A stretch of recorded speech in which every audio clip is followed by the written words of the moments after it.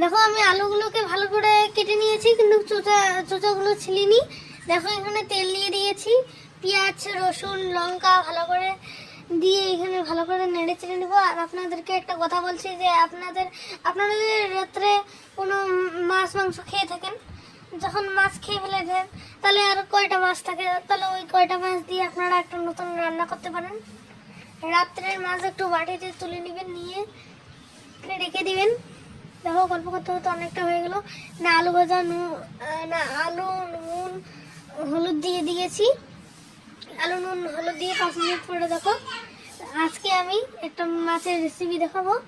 মাছ দিয়ে আপনারা খেতে পারেন ভালো করে, মাছও খাওয়া হয়ে যাবে, আলু ডালও খাওয়া হয়ে যাবে। সবজি যদি বেশি লাগে তাহলে এই রেসিপিটা ইউজ করতে পারেন।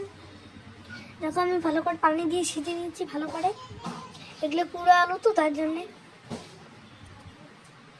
দেখো এখানে আমি রাত্রে একটু মাছ ছিল, ওগুলো মাছগুলোকে দিয়ে দিয়েছি।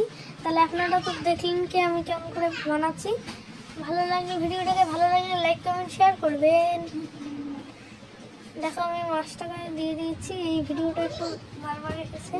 দেখো এই ওয়ালপেপারটা কেমন লাগতেছে, যদি ভালো লাগে তাহলে আমি এরপরের ভিডিওতে এগুলি দিব। ওয়ালপেপারটা দিয়ে তো আমাকে ভালো লাগছে, আপনাদেরকে কেমন লাগছে লাইক কমেন্ট শেয়ার